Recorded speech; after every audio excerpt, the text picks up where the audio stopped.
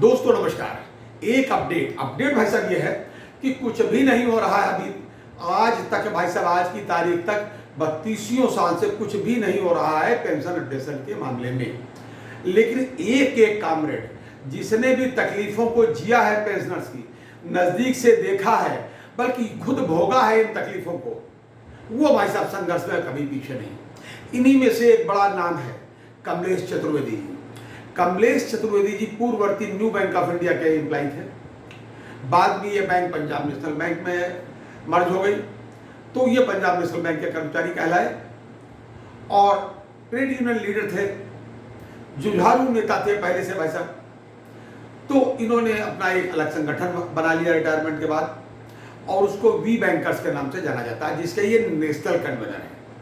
और आज उम्र के इस पड़ाव पर बिल्कुल ताजगी इनके चेहरे पे दिखती, इतनी युवावस्था दिखती है, और एक जमाने से रिटायर हो चुके हैं।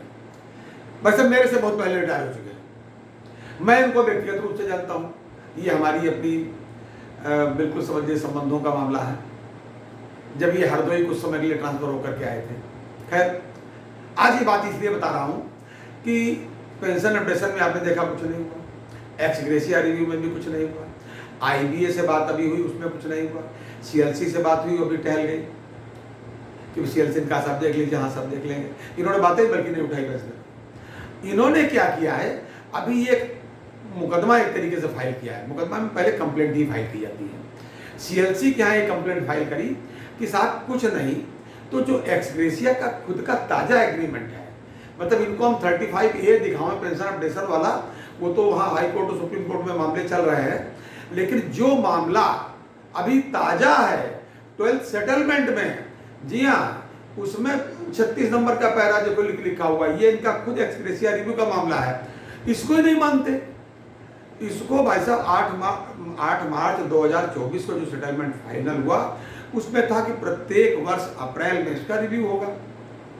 अब अप्रैल 24 में रिव्यू नहीं हुआ, अप्रैल 25 में रिव्यू नहीं हुआ, मामला सब ऐसे हवा में चल रहा है।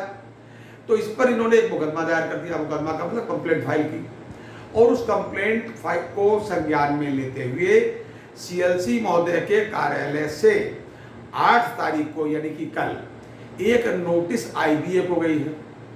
मैं सारी चीजें डाल रहा हूँ। इन्होंने एप्लीकेशन क्या दी, एनेक्सर क्या लगाए वी बैंकर्स की तरफ से कमलेश चतुर्वेदी साहब ने, और CLC जो है इन्होंने नोटिस क्या दी।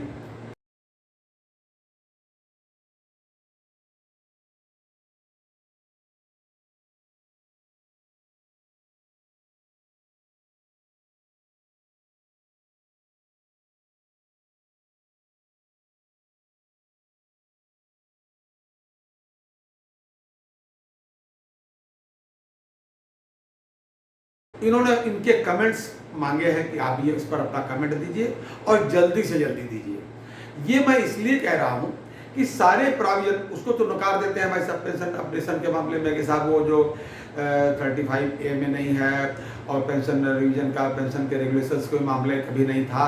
झूठा एफिडेविट दे देते हैं, जब फाइनल होगा तो सजा भी पाएंगे, ये वाला कम से है। इसको इनको चिंता नहीं कि ये सोच रहे हैं क्या कि जिन लोगों ने एफिडेविट दिया हो, कोई सोचता है कि वो सजा पाएगा, कोई ये सोचता है कि हम तो तब तक रिटायर हो जाएंगे, जो IBA में रहेगा वो सजा पाएगा।